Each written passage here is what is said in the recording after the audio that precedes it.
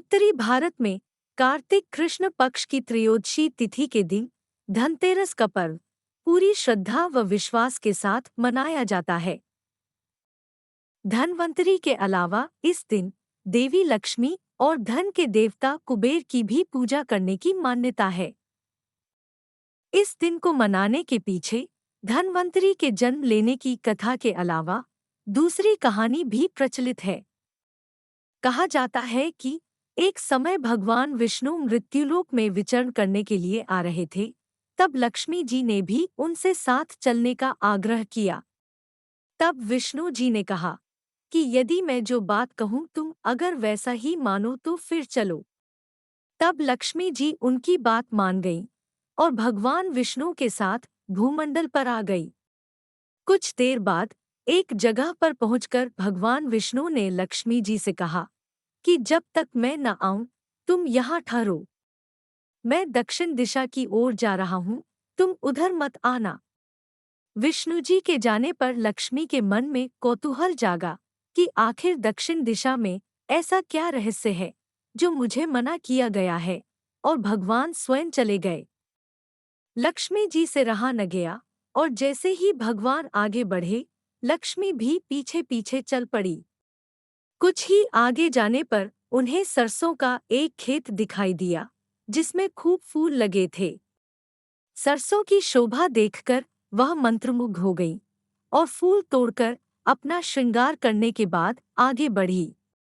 आगे जाने पर एक गन्ने के खेत से लक्ष्मी जी गन्ने तोड़कर रस चूसने लगी।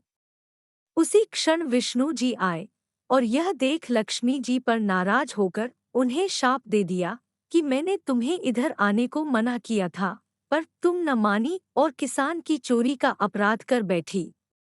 अब तुम इस अपराध के जुर्म में इस किसान की 12 वर्ष तक सेवा करो। ऐसा कहकर भगवान उन्हें छोड़कर क्षीर सागर चले गए। तब लक्ष्मी जी उस गरीब किसान के घर रहने लगीं। एक दिन लक्ष्मी जी ने उस किसान की पत्नी से कहा कि तुम स्नान कर पहले मेरी बनाई गई इस देवी लक्ष्मी का पूजन करो, फिर रसोई बनाना, तब तुम जो मांगोगी मिलेगा। किसान की पत्नी ने ऐसा ही किया।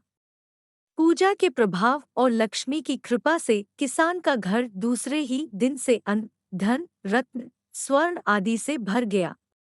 लक्ष्मी ने किसान को धन धान्य से पूर्ण कर दिया।